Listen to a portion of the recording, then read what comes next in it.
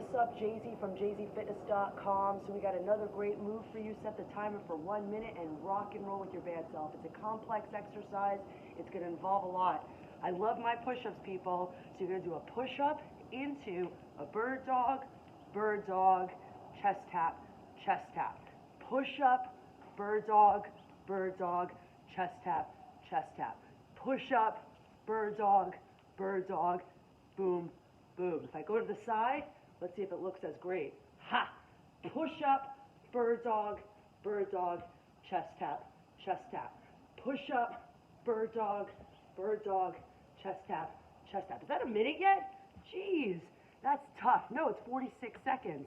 But guess what, guys?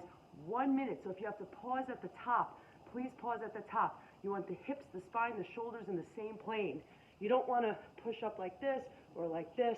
Really keep those segments in one plane of motion. So when you do the push-ups, hips, spine, shoulders, lower down together. Push it up, bird dog, chest tap, chest tap. Look at that. Perfection at its best. Your turn.